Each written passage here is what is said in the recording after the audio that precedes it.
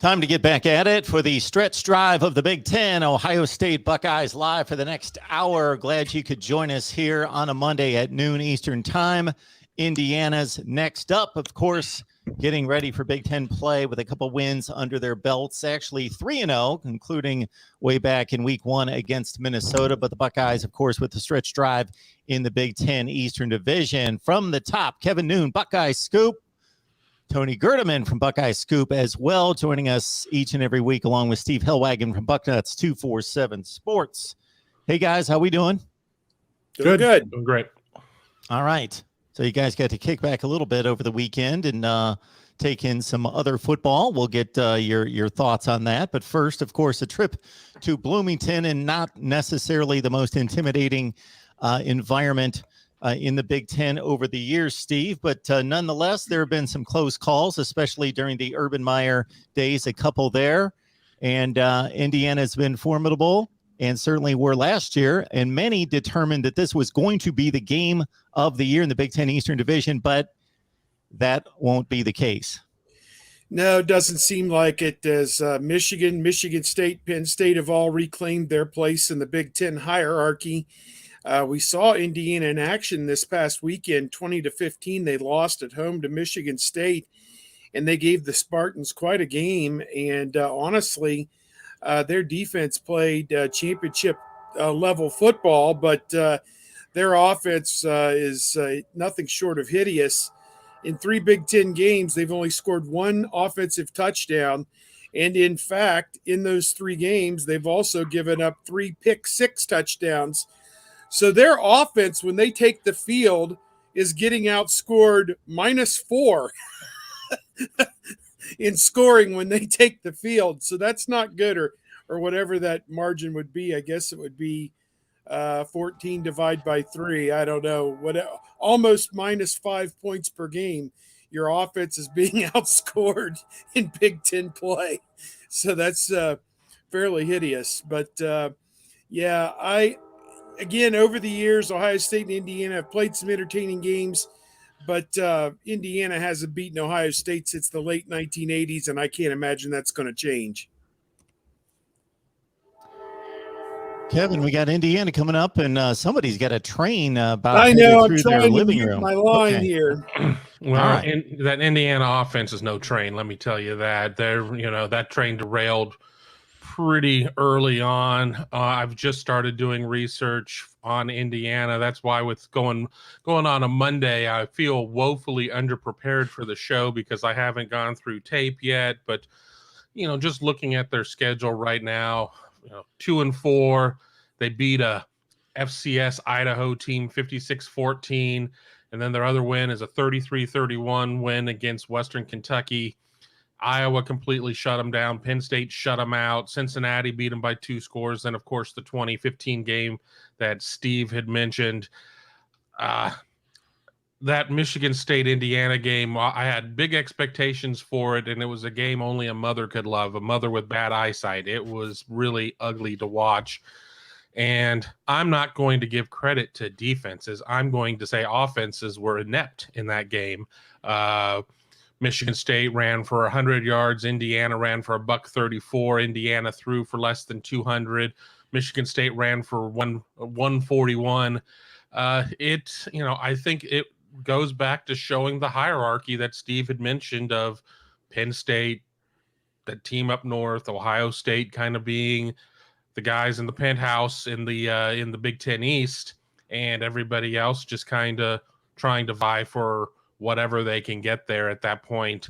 I know we'll probably get more into detail in Indiana as we go on, but I'll just throw it out there as I'm going to cut out of the show a little early. This is not the Indiana team that came in and put a scare into Ohio State in that 42-35 game last year. Jack Tuttle was the quarterback last week. We're not sure at this point what the status of Michael Penix is going to be. I mean, the interesting storyline there is that Jack Tuttle was Chris Olave's high school quarterback, but he certainly has not done anything to really impress me. Ty Freifogel has not blown up and had the type of year that he was having last year, and USC transfer Stephen Carr has not been the answer at running back.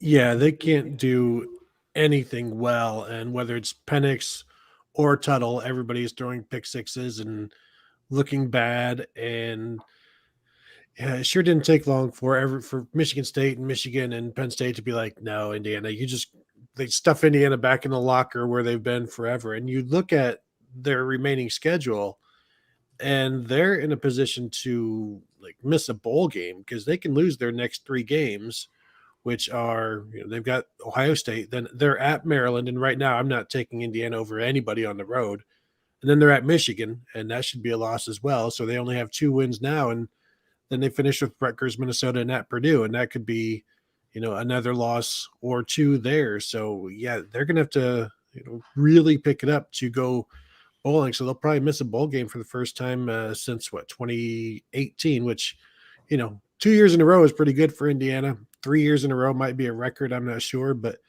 yeah, they have fallen back to earth very quickly.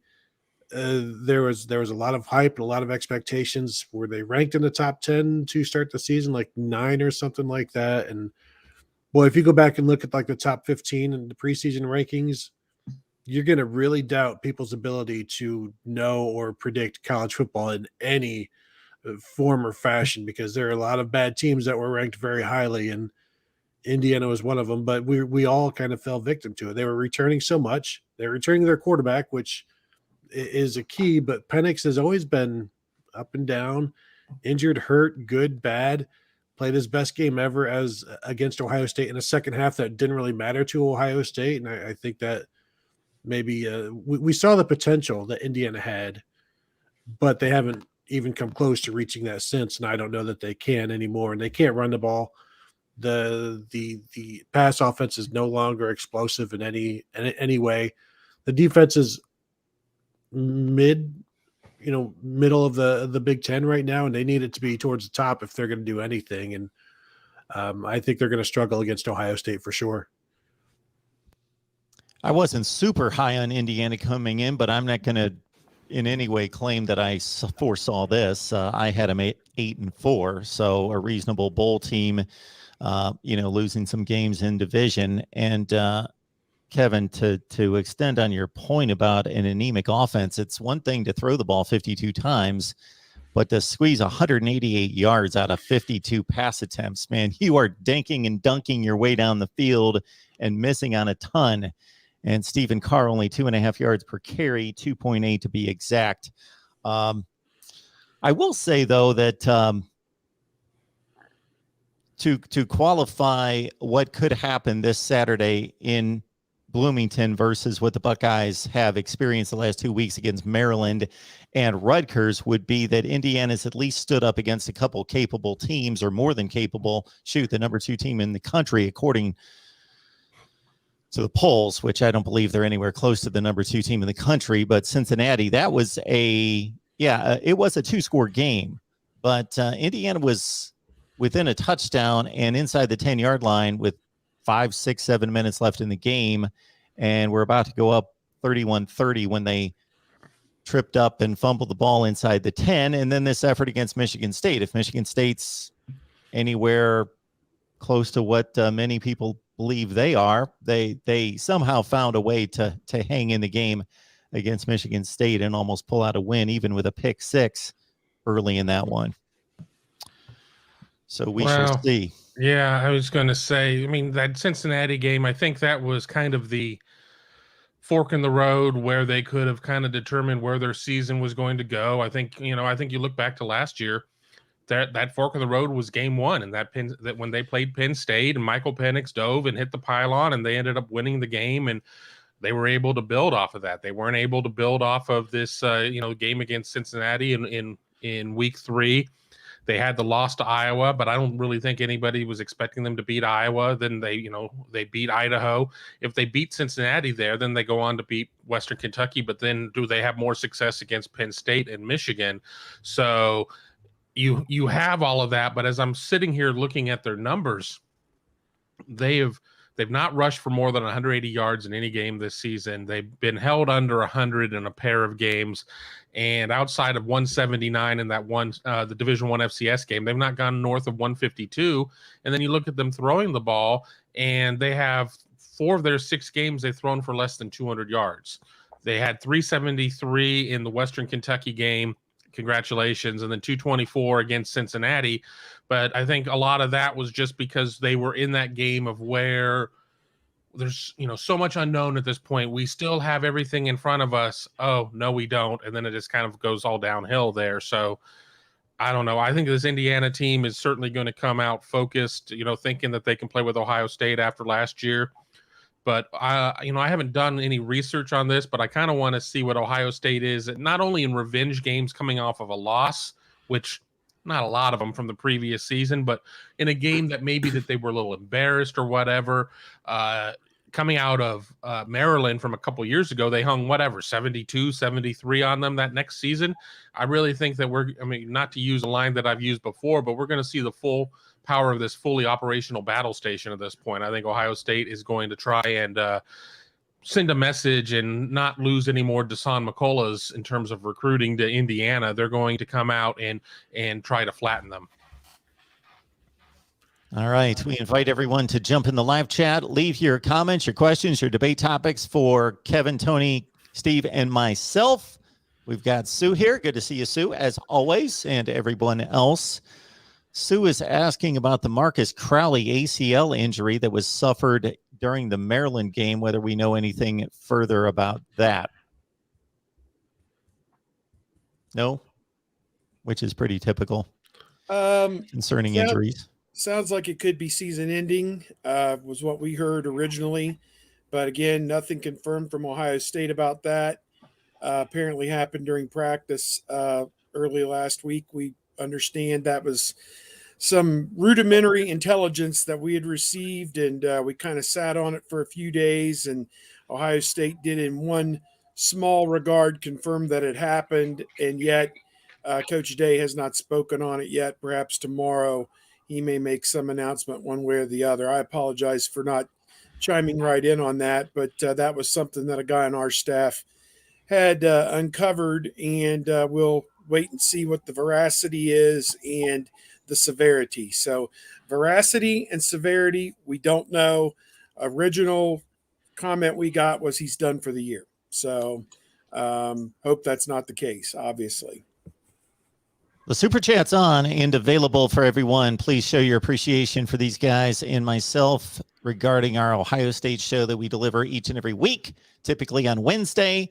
As I mention every week, this is one of the reasons why you subscribe. Hit that bell for the notifications to know when we go live, because we sometimes have to change the schedule. We've got 4 schedules to coordinate, and especially when football and basketball overlap, then it becomes even more difficult to schedule. So just be happy that we get an hour plus from these guys each and every week. Super Chat's available. If you want to go the more direct route, Venmo, PayPal, and Cash App, I would just ask that you would put some type of Ohio State notation. So until we get some questions and comments, I'm going to go rapid fire on these guys. Kevin, we're 6 games into this thing, so it's 6 down, 6 to go. Mid-season grades here. How about your surprise player on this team? Either direction, good, bad, who stands out in regards to being a different player or more of an impact than you had anticipated? I'm glad I'm going first because I'm going to take the easiest one to say, and that's Denzel Burke. I don't think anybody expected him to have the role that he has this season. We go into week 1, no Seven Banks, no Cam Brown. Denzel Burke comes out, plays very well, and it wasn't just a flash in the pan. He goes through and he's doing it week in and week out. So honestly, coming out of that freshman class, I expected Ja'Kalen Johnson or somebody to be the guy, probably not Denzel Burke. So, shows how, how we don't know until we know. And, Burke did what it took to get that starting nod in Minnesota, and he's not going to relinquish it. And he's going to be, I know it's a lot to put on a first-year player, but he's going to be that guy in a couple of years that we'll be talking about as the next great Ohio State corner. Yeah, and he got really helped by coming in the spring and got the advantage on J.K. Johnson and Jordan Hancock. So since Kevin has taken the center square, I'll go with Steel Chambers, linebacker, who was a running back in the spring and is a guy that we've talked about for a couple of years now. Like, hey, will he eventually go to linebacker? And once he did, he hasn't been there long, but he's been one of the best and most consistent players on defense, and he stands out when he's out there. And Kerry Combs said last week he's a guy that sees it and goes. He sees and goes, and some guys go and see, and that's not exactly how they want it. And he's an immediate kind of guy, and you see him, and he's already one of the better tacklers on the team, if not the best tackler at this point.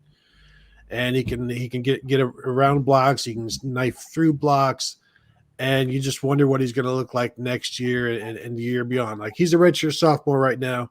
If he wanted to be a redshirt freshman, he could still get that extra year. The way he's playing, though, I don't know that he's going to need a 5th year or a 6th year or anything like that. He's been really good, really consistent, and entertaining to watch. Mine, if I had to think about it, would probably be Ronnie Hickman, just because I was under the impression it was going to be Craig Young at that bullet, and mistaken impression, obviously. And it's turned out it's Ronnie Hickman. And again, that's a byproduct of us not being able to watch a lot of practice to know behind the scenes who really was winning jobs. But Hickman has 50 tackles and 2 interceptions, and he has 17 more tackles than the next player on the list, and that is Taraja Mitchell, the linebacker, who's also been a pleasant surprise. Now, Ronnie Hickman has given up a couple plays here and there, certainly, as everybody in the secondary will and have throughout the course of the season. But he's been a model of consistency in my mind on the whole, and he has been an outstanding run support player for them. Primarily lines up at the bullet safety position, but they have also put him at a deep safety at times as well when they've gone to a 2 safety look, and then put Kim Martinez at the bullet or somebody else. So lots of versatility there with those safeties. They cross-train at every position there in the secondary. But to me, Ronnie Hickman, Denzel Burke, and Steele Chambers, I agree with all 3 of those picks.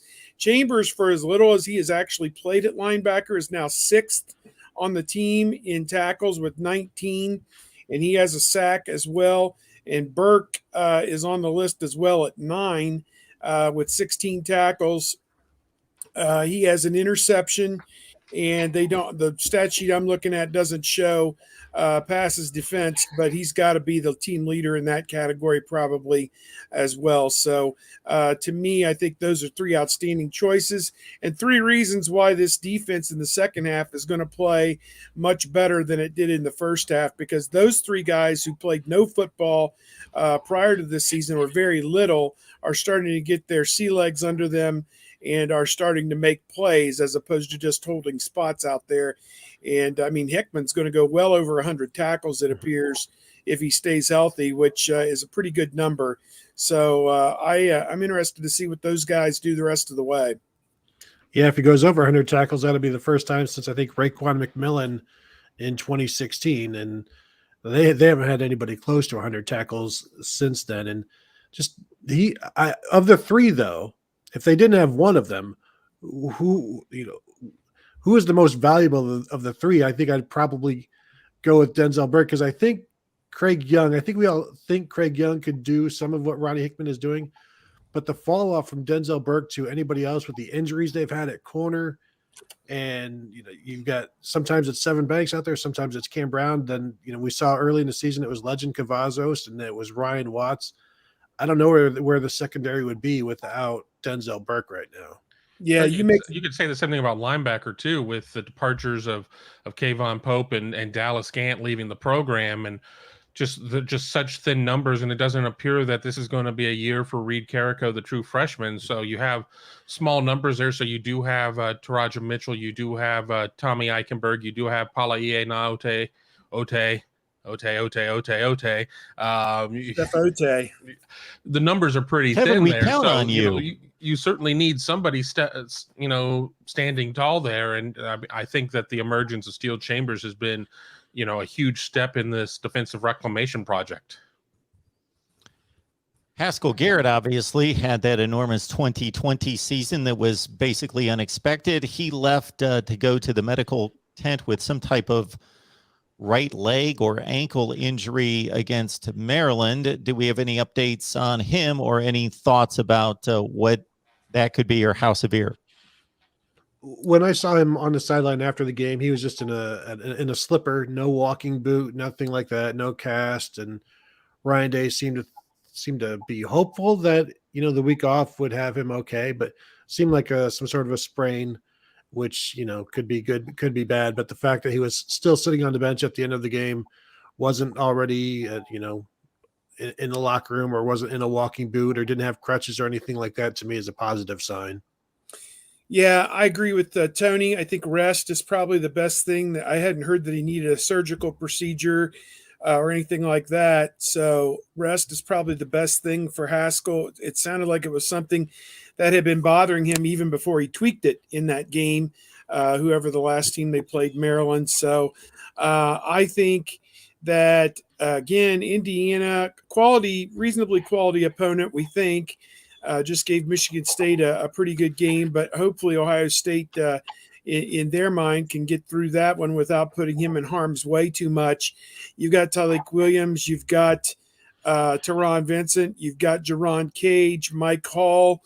You got some guys there who are starting to log some play counts that are making a bit of a difference and collapsing the pocket. Haskell, to me, was he has made a number of big plays, I think, for this defense so far this season. Maybe not as many as people thought he would, but he's been a bit of a difference maker. And I think the key is certainly have him healthy and ready to go October 30 when they play Penn State, which is shaping up as a huge game coming up here in a week or two. But I think, to my way of thinking, Haskell is a guy that if you can get by this one without exerting him too much or tweaking that injury, that'd be a good thing, and get him ready for the stretch run when you got, all these games kind of stacked up. Even the Purdue game at home now looking like it's going to be a bit more of a challenge than perhaps on paper it looked like previously. They've got a quarterback who can really sling it, a couple of them actually. And so I want to see, this defense at full strength down the stretch, and he's a big part of that. Indiana is the reasonably strong opponent. I believe. Reasonably strong. Steve. Yes. Best 2-4 team in America, although about as inept on offense as it could possibly be. I think Jack Tuttle, after a week under his belt, is going to look and play a little better probably than he did against Purdue. I think it's going to be on Ohio State's front this week. They have to go in there and establish their dominance. I liked what we saw against Maryland. Zach Harrison, as I said last week, didn't have a lot of sacks or anything in that game, but man, he was chasing Taulia Tagovailoa all game long and forcing him into the arms of other players. And it's team defense that wins football games, and that's what it takes, is to flush that quarterback, make him antsy, sack the quarterback, or make him throw an interception or an incompletion. That's how you win games. And so, to me, if they continue to get improved play off the edges and continue to get the good play up the middle and make Tuttle uncomfortable, then I think Indiana's got little to no chance of winning that game. The Indiana offense, I'm just looking at some numbers. They have 7 plays from scrimmage of 30 yards or more this season. Travion Henderson has 8. Indiana has 2 plays of 40 yards or more from scrimmage this season. Travion Henderson has 5. So as long as Travion Henderson doesn't switch jerseys in this game, I think Ohio State will be fine. And again, yes, Indiana they've had some success. So now they know what it takes to do stuff. But I think Ohio State's skill and Indiana's lack of explosion just are not, they won't mesh well for the Hoosiers. Ohio State opening as a 19-point road favorite. I don't feel that line is big enough. I would be hammering Ohio State, laying the 19 with the mortgage payment. This is going to be a slaughter. It's going to be a slaughter. They're going to beat them by 40. You quote me. Yeah, 51-10 it was 2 years ago. And Chris Olave was all over the field as a sophomore that day. I think he blocked a punt, maybe caught 2 touchdowns. And it was interesting. but the TV people had those platforms in the end zone, and for whatever reason, they had two cameras side by side. I don't know why. Two of those camera platforms and maybe 5-6 feet between them. And I was down there I lodged myself in between them to take a photo. And here comes Chris Olave. And like, I had to duck out of the way to avoid getting trucked by Chris Olave. I had nowhere to go. I was stuck in between those two things. And he like ran right through that opening. And I was like, oh my gosh, because he caught it in the back of the end zone, I think. And I was just right there taking photos and learned that's probably not where I want to stand. So, yeah, but I was also got the block punt right in front of me as well there. But, he's a menace, I think, for opposing novice defensive backs. And, Indiana's defense played really well against Michigan State, but this is another level. Ohio State wears caps and sleeves. And I think that, they're about to find out what it's all about, I think, with the nation's number one offense rolling into Bloomington on Saturday. I'm looking through numbers right now. Mark, you're muted. Yeah, Mark. Well, while Mark gets off of mute, the opponents that Indiana has faced, they've faced nobody one top 30 rushing offense in Cincinnati. Ohio State's 22nd. They did play the number one passing offense, Western Kentucky, and then nobody better than 35th. Ohio State is 8th. And then, to their credit, they have played some decent scoring offenses, Cincinnati being 6th, Western being 9th, Ohio State is 2nd. So, I can't sit there and say that Indiana hasn't played anybody, but we're talking about a 2-4 Indiana team, not a 6-0 Indiana team. If I could sit there and look at the variance and numbers and say, oh, well, Indiana's holding teams, 210 yards below their averages in total yardage and 30 points below their averages, that would be something. But it's a team that's come up on the wrong end 4 times. And one of the other wins, the Western Kentucky, was a 2-point game. And, while I haven't gone back to watch it to see if Western came back at the end and to close it up or if Indiana was really pushed, again, this is a team that has a win against an FCS team and not even a really good one, and then a 2-point win over Western. True. And when I was getting no response from my comments, you guys could have probably rode that out for the rest of the show. Who knows? I knew that they weren't rather enlightening or amusing, but still, I thought these guys have nothing to say. So whatever I said, I know that I was giving you advice, Steve, in that situation with the Olave and the camera platforms to just think like a Michigan defensive back. Yeah. And you didn't know whether you could get out of the way. Just get out of the way. Yeah. And yes, while Indiana is the best 2-4 team in the country, let's not confuse that with Nebraska being the best 3-5 team in the country. Well, they lost another one. Aren't all 5 of the losses by 7 points or less or something, I think, or yes, 8 points 8 or or less to be technical against Illinois. Yeah. Yeah. And one so score. it was lost to Oklahoma, lost to Michigan State. That's 2 top 10 teams they've lost. In Michigan, they've lost to 3 top 10 teams, and all of them by a touchdown or less. I mean, by all rights, they should be ranked like 11th or 12th in the country, but they're right there. But unfortunately, they're probably not even going to make a bowl game at this point. I responded to somebody's tweet from the Nebraska community to basically say, put the Kansas City Chiefs on their schedule, put the Yukon Huskies on their schedule. They're going to lose by 1 score. Seems to be just how it's going to be. All right. I don't know that you guys will necessarily need to get into the analytics to answer this question from Bobby Heath, but he's asking, when does Michigan and their fans come back to the gutter this year? Because we all know it's inevitable. 2 weeks at East Lansing, maybe, which I keep saying this on all of the podcasts I'm on. I can't wait for an undefeated Michigan to go into an undefeated Michigan State, and let's all hope that Michigan beats Northwestern this weekend, which they should.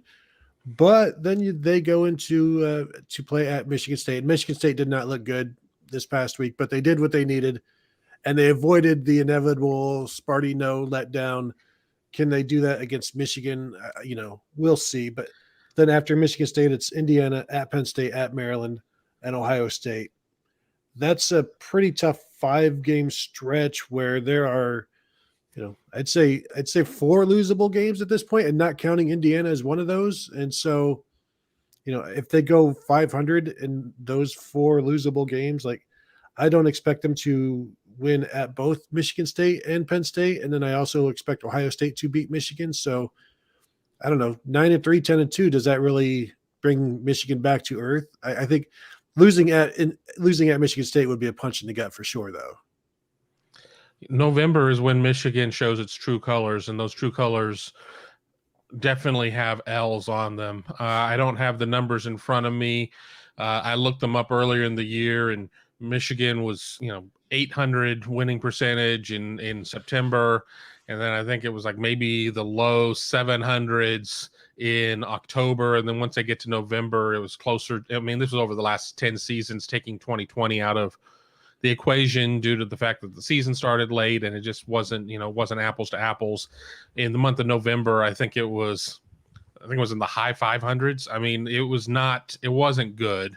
And I think that while, I can't sit there and say, oh, Indiana can't do this and Indiana can't do that, but Indiana's going to beat Michigan. No, it's not. That's not going to happen. But I think November 13th, even if they get by Sparty, I think November 13th at Penn State is going to be kind of a day of reckoning. And then if they sit there and they get beat the way that I think they will, I think that loss carries over into the next game on the 20th because Tua's little brother will probably throw all over him. I had something very interesting I was going to say, and now I'm blacking out on it. Other than if they beat Northwestern this week, next week it would be 7-0 Michigan and 7-0 Michigan State.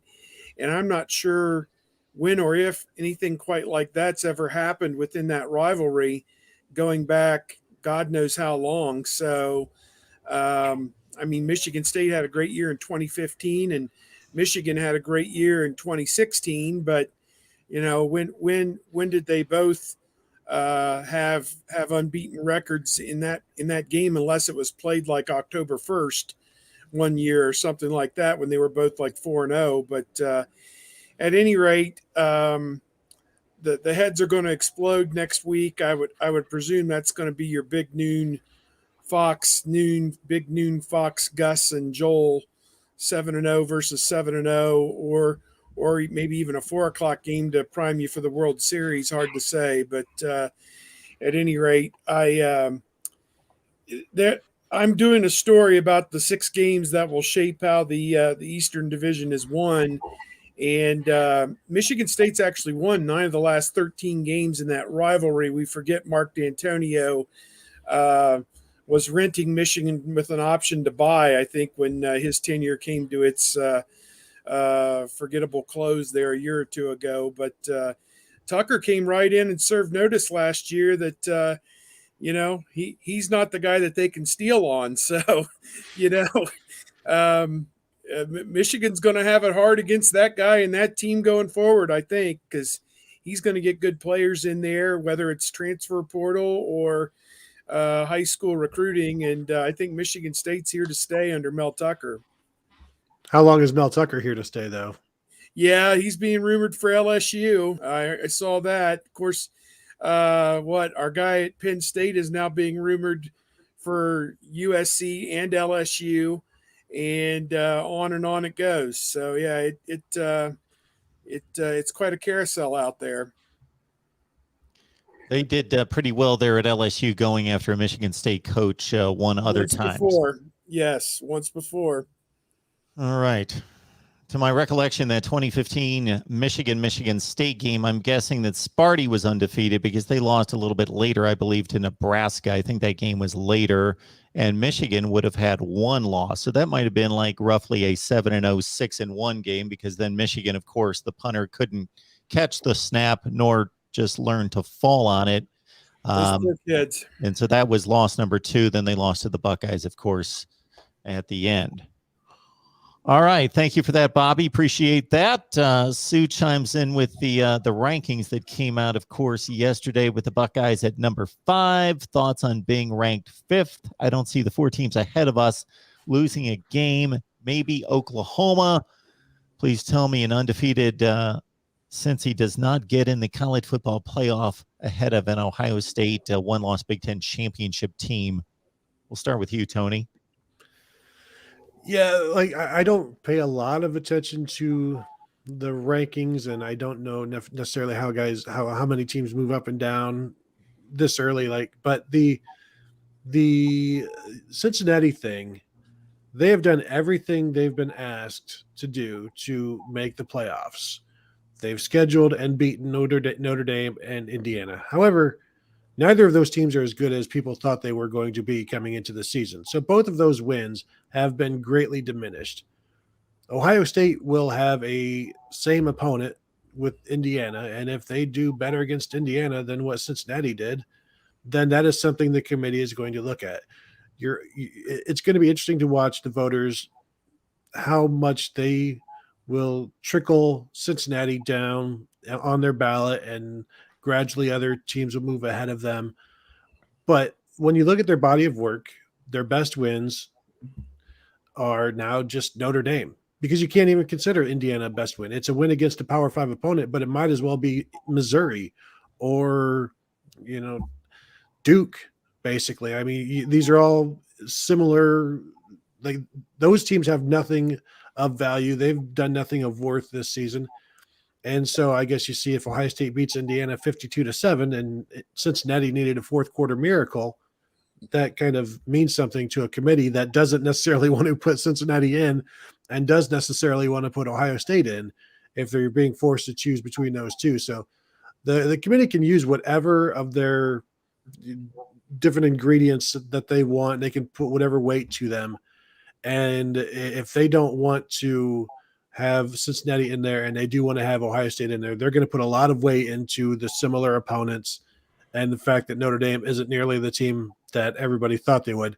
Not that Kevin Noon thought they'd be anything with Jack Cohn as their starting quarterback. Exactly. I'm looking here at College Poll Tracker, which has the votes, the individual votes of the AP writers, and you have 2 writers that have Ohio State second. You have 1 writer that has Ohio State 11th. There's just some lunacy going on with people having Iowa still ahead of Ohio State, even though Ohio State lost to a then number 11 Oregon team by 7 at home, whereas Iowa got beat at home by an unranked Purdue team by multiple scores. But, Cincinnati, or I'm sorry, to take this off of Cincinnati, Alabama and Georgia are going to play each other again unless craziness ensues in the SEC. And if craziness does take grip, then it's a moot point at that point. So the nightmare scenario, I guess, is now that Bama has a loss and UGA doesn't. UGA runs the table. Alabama beats them by 3. And then it's like, well, how do you punish Alabama at that point? So I don't know if I'm ready to say 2 SEC teams are going to happen.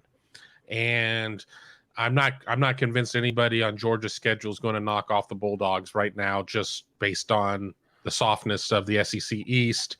I'm not buying on Auburn knocking off Alabama. I mean, the greatest thing that could happen for Ohio State and pretty much everybody not rooting for Alabama is Alabama to get a second loss.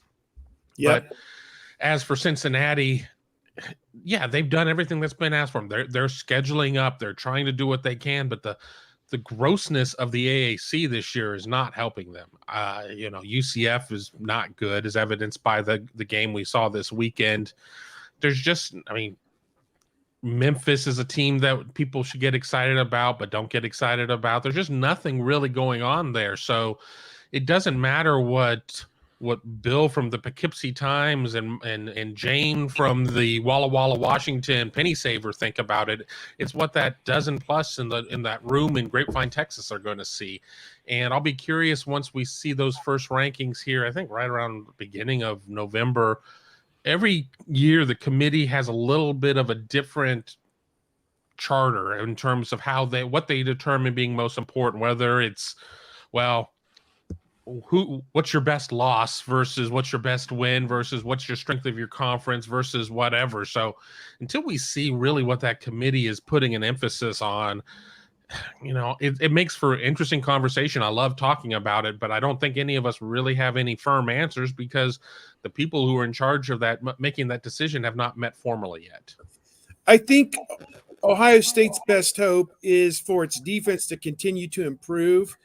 And it's not even really a style points thing. It's one of the things that is on that board that the committee likes is being a complete football team. And so, like Oklahoma in many of these years is maybe third in offense and 83rd in defense. That's not something that they typically like, but they haven't been able to exclude them because there was nobody obvious there to, put in over them in some of these years. So Oklahoma has still made it.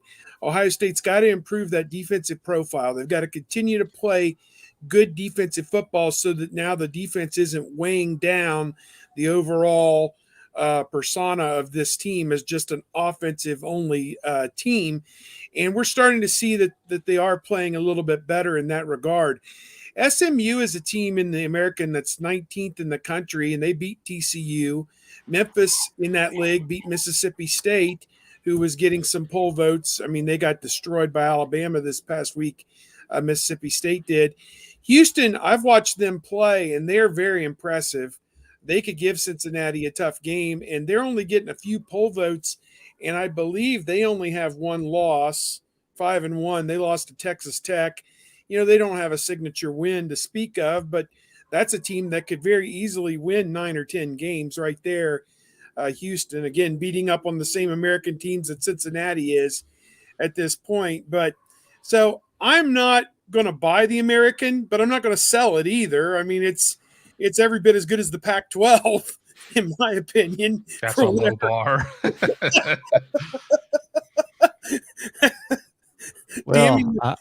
Damning with faint praise there, I suppose, but it's right there. I mean, it's Power 6. I mean, it, in my opinion, or Power 2, halfway decent 2, and okay 2 at this point. But I don't know. It's all apples and oranges. And man, how cool would it be if Cincinnati and Ohio State did get to play in a semifinal game? That would be cool. The committee's not going to want to have Alabama and Georgia play 7 days again after they played in the championship game. So they'll stilt that so that it's not 1 versus 4, however they want to do it. And, skew Ohio State and Cincinnati one way or the other. And Cincinnati could get relegated down to the 4. But again, is Oklahoma going to run the table? Until this week against TCU, they hadn't beaten a quality team by any kind of a margin. And now I stretch that with TCU. They're probably a 500 team. So I don't know. But a lot of football to be played. Oklahoma's got to beat Oklahoma State, which then raises the question, if Oklahoma State wins and goes 13-0, how do you leave Oklahoma State out? Are they going to lose somewhere along? Very quietly, they've snuck up on everybody and still undefeated in their own right. So I don't know. I have a conundrum I want to bring up here. Kevin, did you have something you wanted to throw in? Well, I just wanted to jump in and talk about the craziness of putting too much credit in the AP poll as being a predictor of what we're going to see in terms of the playoff committee. I'm looking at a ballot here out of Fort Wayne, and the good news for Ohio State fans is this voter has Ohio State second. Oh, this guy's a genius. We love him. Then I scroll down.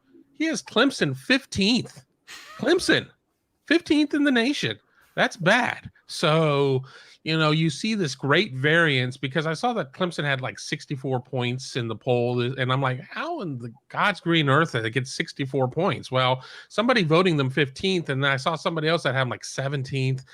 I just don't know if people watch. And, I give Steve a lot of credit who votes in the Football Writers Super 16. I certainly have been in the car with him going through games like, let's kind of talk this through. I certainly hope if I were a voter in any of these that I wouldn't sit there and be putting Clemson 15th this year because they're horrible. Yeah. Well, in this week's ballot, I had no qualms putting Iowa below Penn State, even though they beat them head to head, and no qualms putting Oregon well below Ohio State, even though they beat them head to head, because I stayed up till 2 a.m. and I watched the Oregon Cal game, and they needed a stop at 1:48 Eastern time on Saturday morning. They needed a stop at the 1 yard line, an incomplete pass. And when the pass hit the ground, everybody looked around like, no flags, no flags, no flags, no flags. And then they finally celebrated that they got off their home field with a win over a 1-win Cal team. I mean, it was kind of like you can now exhale. So yeah, the quarterback didn't play particularly well, Brown, in that game, and yet, I don't know, how he could have done a whole lot more with that offense the way it's constituted right now. I wanted to throw something in. I made a big deal on Twitter. 11 minutes to go in the Iowa-Purdue game. Iowa had it 4th down at about the 7 or 8 yard line, and they're down 3 scores with 11 minutes to play, and they've generated nothing. They haven't moved the ball all day. And I said, and I know it was 4th and 2, whatever it was, I said they took a timeout, and I'm like, you need to kick the field goal here and keep hope alive. They go for it, get slammed, and now it's Purdue ball going the other way with 11 minutes to go, and you're still down 17. Purdue picked up 2 first downs, took 5 minutes off the clock, and the game, in my opinion, was over. I get in this argument with one of these analytics guys on Twitter. Oh no, the book says you go for it there because you're not going to get that deep again. And I'm like, get that deep again. It's the first time all day you've been down there. I mean, what are you talking about?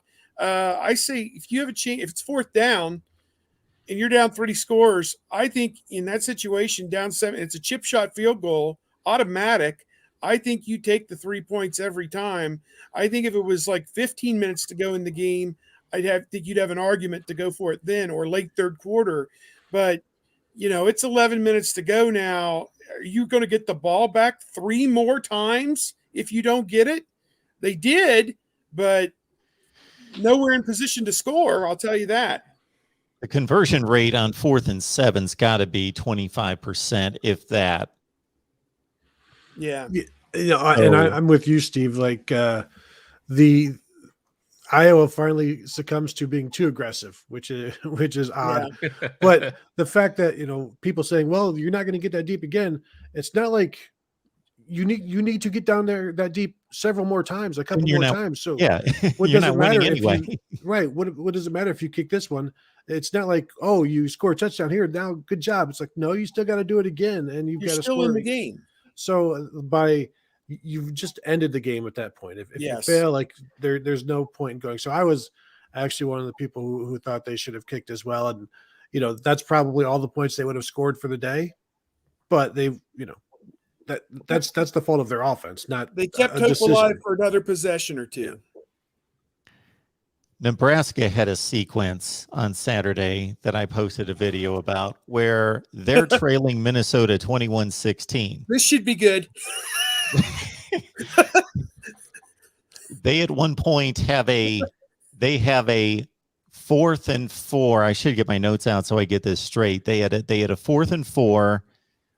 They determined to kick the field goal. They miss. This all happens with about from the start of the 4th quarter until 4 or 5 minutes left. They then drive the field and get it inside the Minnesota 5. They run 4 plays inside the 5. They pretty much run the exact same play 4 times with Adrian Martinez getting stuffed over and over and over. They don't throw the ball. He gets stuffed. The final play, the 4th down play, they run their freshman running back who didn't get any reps until the Northwestern game. Why they relied on him on 4th down when they had Ramir Johnson, who was having a pretty tremendous game at that point. Then after going for it or kicking a field goal, on that series on 4th and 4, they attempt a field goal. Then on 3rd and 12 on the next series. So they give up the ball on downs at the 1 yard line. Their defense makes a stop. They get the ball at midfield again. They hit like a 35-yard pass play to get it to the 15-yard line. Then they get stuffed after that. They run the ball. and they get to a 3rd and 12 situation. So on 3rd and 12, they run the ball.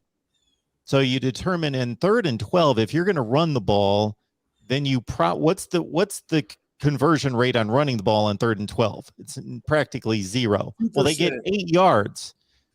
They get 8 yards on 3rd and 12, and that set up their 4th and 4 that they try a field goal. Why did you run the ball and get 8 yards on 3rd and 12 if you were deciding you were going to kick on 4th and 4? And then the next series, they had 4th and 10, and they went for it on 4th and 10, but they kick a field goal on 4th and 4, and they're down 21-16 on all these drives. How did this guy go 13-0 that one year? How did that happen? What or 14-0 or whatever they were? Good Yeah, God. they were just better than everyone.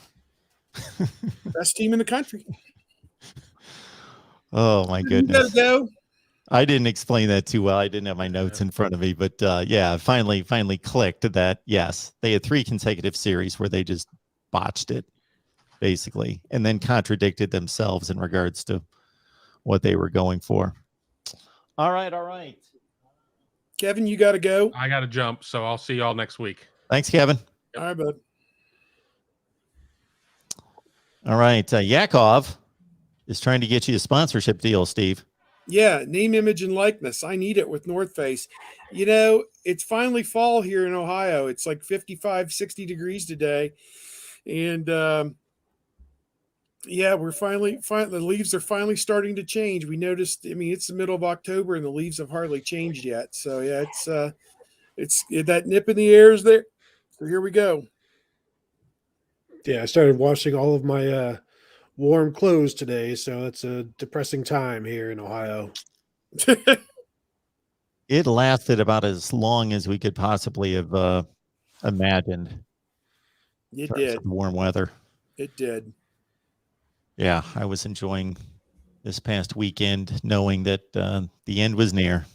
One last thing about Oregon, because I know we've talked on this show before about, I said I don't think Oregon needs to lose again for Ohio State to pass them in the committee's eyes. The last 2 home games that I have seen Oregon, they have been trailing in the 4th quarter to a bad Arizona team and a bad California team. It's wins like that and Ohio State continuing to win like they are that has me even more confident that Ohio State has already passed them by. Exactly. And we've already seen it in the AP and the coaches poll. They're not even in the same discussion. So they need to continue going in opposite directions. That way they aren't in the same discussion, because when they do get in that same discussion, that's when the committee talks about head-to-head. If they're a couple of pods away from each other, that head-to-head never comes into play. The revenge tour at the Rose Bowl. I can see it now. Here we go. Steve, perish the thought. Well, I try to distinguish what I think versus what I think is fair or what the resume is telling me. So the resume tells me that Oregon won the game head-to-head. They should be ranked ahead of Ohio State as long as they have the same record. My judgment says that Ohio State's a better team. That's my thought process on watching these games, just like Steve stated, that but I don't know why a team gets on an airplane and travels across the country if the game's not going to count. So I do have an issue with Oregon being ranked. I've got Oregon ranked ahead of Ohio State just because I hold fast to my tenets, but I clearly tell people that I believe Ohio State's a better football team than Oregon. I mean, if the playoffs were the day after that game, Oregon was the better team that day, and they were the better team early in the season. You're seeing now, like I was watching, I think it was the Cal game, and they're talking about, is it time to bench Anthony Brown? People at Oregon are talking about, is it time to bench Anthony Brown? So that tells you where things are with Oregon right now. I just think enough time will pass where the two won't be mentioned anymore. And I don't know if Oregon is going to lose.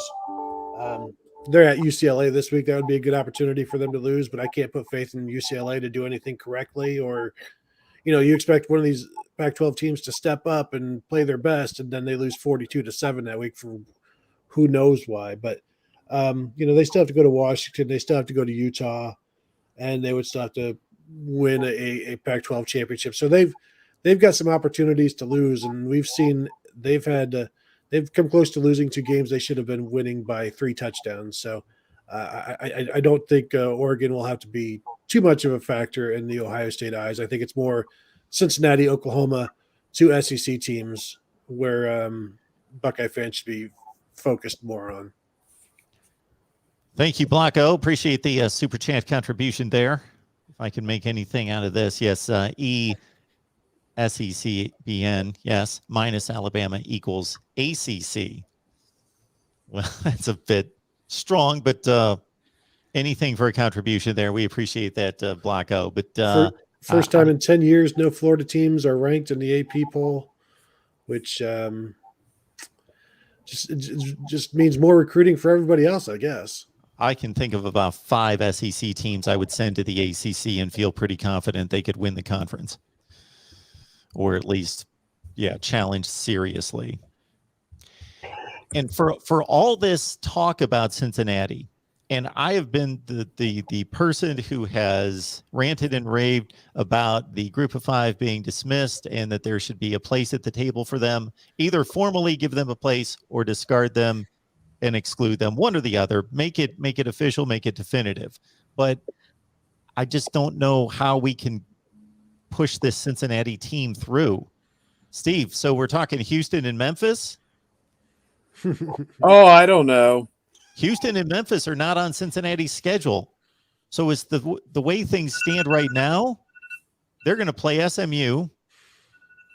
Then they're going to play them again in the championship game. And I don't know what that's really going to prove. And that's going to be their second best win to Notre Dame. Well, I mean, Houston could rise up and be in that championship game They too. could. I mean, I don't know. Memphis is Yeah, they could. Yeah. The alarm I set, boys and girls, was for 1 p.m. Eastern time. We were told by Ohio State's media operatives that we had to hold this news until 1 o'clock Eastern time. It's official. Tony, do you want to be the bearer of good news for all these long-suffering Ohio State fans who have clamored for their precious night game to help recruiting? Yes. The October 30th Penn State game at Ohio State will be a 7:30 p.m. kick on ABC. I hope you guys enjoy your tailgating. It's going to be a late night for us. I'm not going to complain. I'll complain a little. It does leave for a late night. I do hope that Michigan State-Michigan game is a noon kickoff so that I can watch that in its entirety before heading to campus and dealing with the traffic, the tailgating, all this awful stuff that keeps me from getting to my job.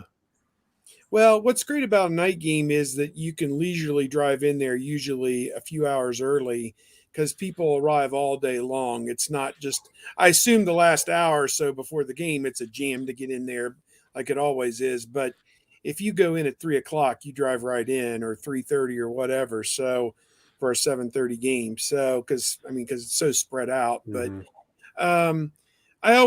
that just makes me angry when I see, it hurts our recruiting. We can't get the West Coast kids in for the game.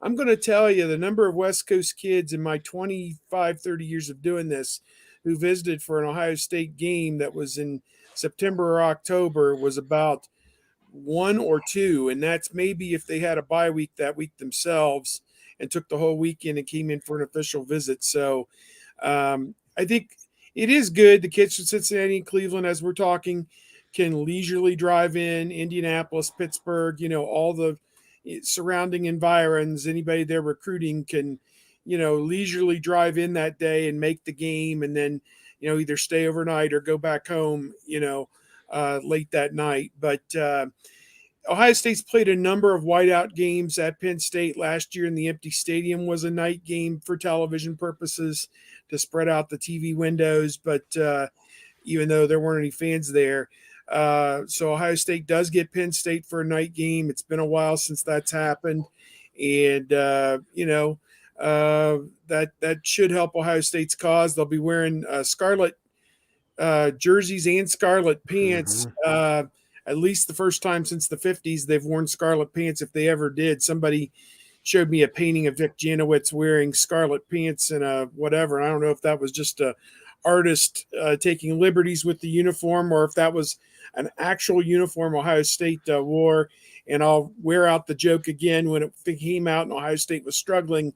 One of my buddies says, well, hey, if you play like Rutgers, you should look like Rutgers. So, but they're suddenly playing better football. So, it should be a fun night for the Buckeyes and their fans next Saturday. So back-to-back night games at Indiana and at Penn and at home with Penn State.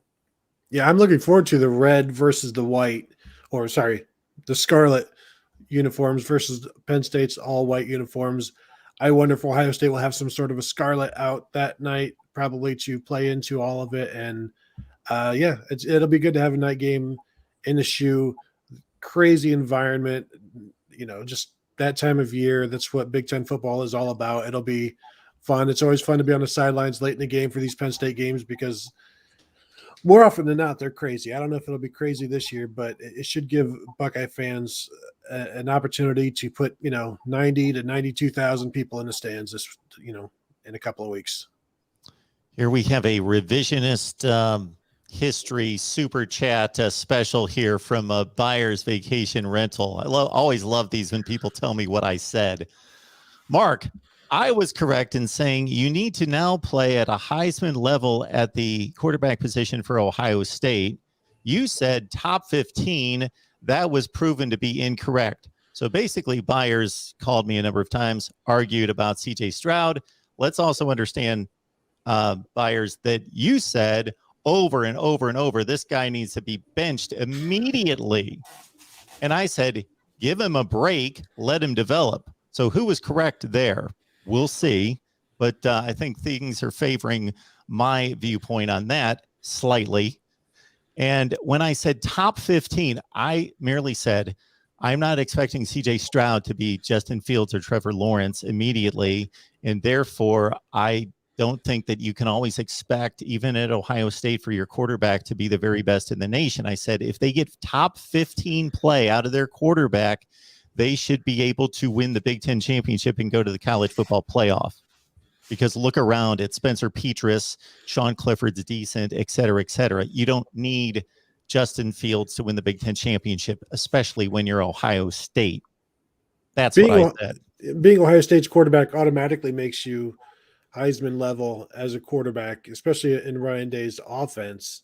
JT Barrett would have been a Heisman finalist in 2014 in Tom Herman's offense. And I think my thing is you need a quarterback that can beat the best defenses that they'll face. You need a quarterback that can put you over the top. Now, does that make them a Heisman winner? I don't know, or Heisman level. I think being a quarterback in this offense that can beat a team like Alabama or a team like Clemson, that's what you need. The byproduct is now you're also a Heisman candidate. And so I think Heisman just means numbers. It means stats and wins. You need a quarterback that can beat the best teams if you're going to win a national championship. And Matt Corral is the Heisman favorite right now. He's not beating anybody. He's not going to beat Alabama. We know that. He's just going to put up big numbers. And so, if it's a quarterback award, we know that. But I think it's more important to have a guy that can win the big ones against the best defenses. And then that's what makes him a Heisman candidate. And it's only become a non-quarterback award a few times when either, number one, you've got some like jaw-dropping kind of play that everyone remembers, like, wow, that happened. Or you've got like the number of quarterbacks that kind of collided last year with amazing numbers. And then you had Devontae Smith, who was the outlier, this ridiculous receiver, and the quarterbacks kind of canceled out. You couldn't really separate Trask and Fields and Jones, etc. All right, gentlemen, great show. We always appreciate it. Tony, where can we find you and everybody else in regards to audio and the written word? Yep, you can find me at BuckeyeScoop.com. Written word every day, pretty much. And you can find my podcast, the Buckeye Weekly Podcast, on all of your podcast platforms. We're pretty much a daily podcast right now through the season, so find us there. And there's plenty to listen to. And then also you can find me on Twitter at Tony Gerdeman. And I'm also there 7 days a week for whatever your needs are. Steve, We are at bucknuts.com and at Steve Hellwagon on Twitter. And we're getting back into it this week. Ohio State and Indiana. We'll have run-up coverage to that. And obviously next week, the big one, Ohio State and Penn State. I'll have a story later today talking about the 6 games that match up: Ohio State, Penn State, Michigan, Michigan State over the next 6 weeks. Actually, it'll be the last 5 weeks of the season. And, hopefully all these teams get through this week still unscathed. I know Penn State's already got a league loss and Ohio State's got an overall loss, but in those terms, they're all still top 10 teams, and really going to be a memorable stretch run. I think a lot of these teams' strengths kind of match up with one another really good, and I think it's going to be a fun end of the season. I think regardless how it turns out, obviously most everyone here rooting for the Buckeyes and got to like their chances right now. But Michigan State was confirmed as the big noon game on that Saturday. So we'll all get to watch that one until about 3:30 and then hop in the car. If you're driving around Columbus or Ohio and you want to listen in on Michigan State football or basketball, you can pick them up on 760 WJR out of Detroit. The former station that had the Michigan Wolverines forever now does Michigan State. So if I'm driving around anywhere in the Midwest and I need to catch up on what's going on with Michigan State, I can find them on 760 as I'm going to and from or wherever. And I may finish that one up on the radio as I'm driving in. So it's going to be a huge day of Big Ten football. So looking forward to it. A dog named Brutus, thank you so much for reminding everyone, like and subscribe. Again, hit the bell for the notifications to know when we go live. Sometimes we got to switch it up, and Steve picked a good time. We had about 230 on the line. So we will make it on back here next week at a time to be determined, but most likely on Wednesday, but we shall see. Tony, appreciate it. Steve, you as well. You guys have a great week. Enjoy the game on Saturday. Have a good one.